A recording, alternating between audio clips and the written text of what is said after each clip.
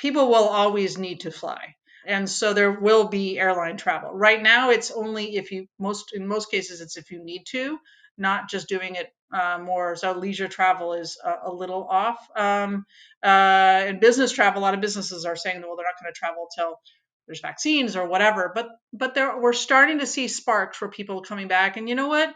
The industry is adapting too, putting in a lot of safety measures, social distancing, et cetera. And people are managing themselves better as well, right? Masks. So this is a time. I was a pilot during 9/11, and that was an incredibly challenging time as well. People were very afraid to fly. I was a captain at the time, and I decided to. I was actually on leave because I was competing in bobsled this time, because I did finally go back to compete in bobsled. I came off of leave to fly because I felt it was important. I was a mother, as a female, and I felt so I started flying the very first day after we were allowed to fly again, just to be out there, to be a public face, to be a figure, because the airlines very quickly had adapted on security to address the challenges of what happened in 9/11. And just the same, the industry is adapting very much around safety. So when you think of safety and security as it adapts, so it will take time before it to get back to the same levels, call it 3, 4, 5 years. But this is also a time for industries to adapt, industries to innovate. That's what we're doing here. I run the venture arm for JetBlue, uh, finding new ways to innovate. How do we continue to make it even safer? So I'm very bullish on the industry. It just takes time.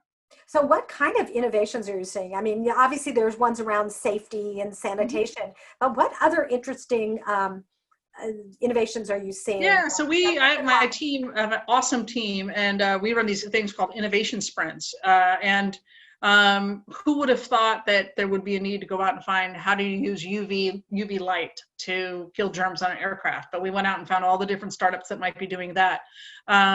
We've looked into everything from the health passports that are out there. How do you do contact tracing? Because that's now going to be a federal mandate. How do you track people coming in from and manage privacy and all of that? So, there's a lot of different companies exploring that. So we're able to surface all of those.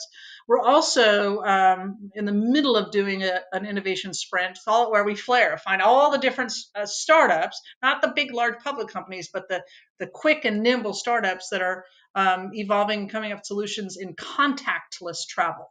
So the fewer times you actually have to touch something, whether it be a kiosk or going through security or a ticket or anything through the travel experience, how can we remove those barriers so that you can go through with your phone, which you're used to carrying, and that's yours, got your own little germs on it, and that's it, and nobody else wants to touch it.